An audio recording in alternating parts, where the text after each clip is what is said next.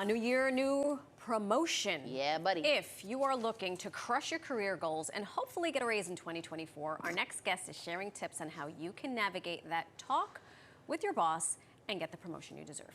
Shelmina Babai Abji is a TEDx speaker, former IBM Vice President, and author. Her book is called Show Your Worth: 8 Intentional Strategies for Women to Emerge as Leaders at Work. Yes, yes, And yes. and yes. So without any further ado, we say hello and welcome to New York Living to Shelmina. Thank you for being here. Thank you for having me. I'm excited. Oh, we are. We are too. All right, let's get straight to it. So you at home, you on the 4th floor, you wherever, you know you're going to talk to your boss. What are the 3 things that someone needs to consider before even walking into the boss's office? What are they? And this is very important because if you go too early and come across as a sense of entitlement, that can actually put you on the wrong side of this. So what you want to make sure, first and foremost, is that you become essential to the success of your organization. You have to be visible. Your value has to be visible. You should become this person who should not be easily replaceable because you are bringing unique value towards the success of your organization. You must be rated highly. Your peers must be recognizing the value that you are creating.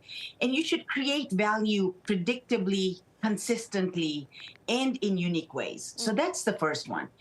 The second one is you want to build a leadership brand before you even approach this conversation. And what I mean by that is what people say about you when you're not in the room is your leadership brand. And it's not just about your business expertise, it's also about your personal attributes. And you want to be known as a leader. You want attributes of a leader associated with you, someone that brings energy, someone that brings solutions, someone who is culturally competent, someone who knows how to work and remain calm in chaos. Because in our world, which is changing so fast, you have to be able to adapt to that change and not just be like a deer in headlights. And you want to build all those attributes. You want to be known for that.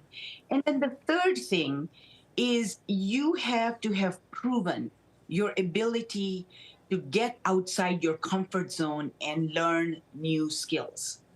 Because here's the fact. The role that you're going to be applying for is going to be requiring competencies that you don't currently possess. And so you want to show that you can learn these competencies. You want to show that you have the ability to ask for help when it's needed. And you want to show tenacity, perseverance, until you get to what you want. And so those 3 things, in my opinion, are prerequisites before you even start this conversation.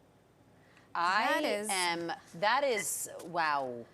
Shelmina, that is a whole lot. I need to write this down. Okay, so say you have that covered. What is the most opportune time? How long should you be in your role before you go and you ask? You have all that covered that you just mentioned, those 3 things.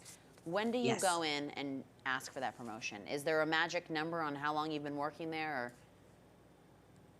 So, it's not about timing. It's about readiness.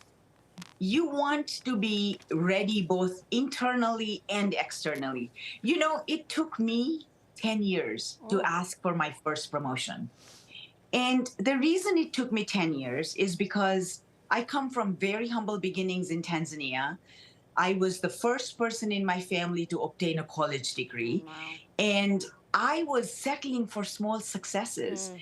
Based on where I came from, I thought I was highly successful when I was an individual contributor, being able to rent a 1-bedroom apartment, making $40,000 a year.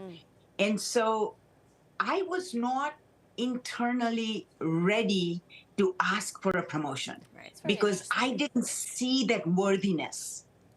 It took me a long time to get there.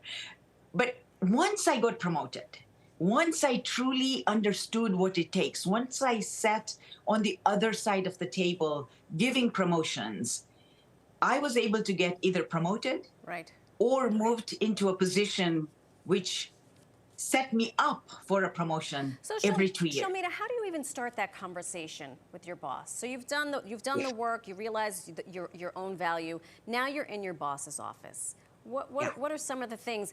And I'm sure this is communicating physically and verbally. Yes, yes, 100%. You are right. And it's the first meeting is just your initial meeting where you want to talk about your boss, about your career aspirations, and your desire to get promoted into a leadership role. Yeah. So, getting a promotion is not a transaction that you go in, hey, I want to get promoted, and you get promoted. That's not how it works. It's a process. And you start that process by setting up the first meeting. And in that meeting, as I mentioned, you talk about your career aspirations. Because here's the thing, right? Every boss has multiple people working for them. And unless you express your desire to get promoted, they don't even know. And so you must set up that meeting. And when you go into that meeting, and this is really important, your desired outcome from that meeting is to make your boss your partner for this important milestone in your career. So you should express this desire to learn how can you earn your promotion. And it should not come across as a sense of entitlement.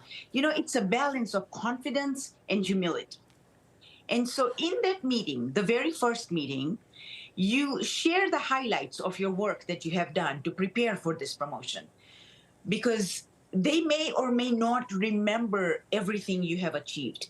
And so you want to share some concrete evidence that highlights the value you've contributed, the growth that you've experienced, and you also want to talk about your leadership attributes. And we talked about this. This is how you get ready.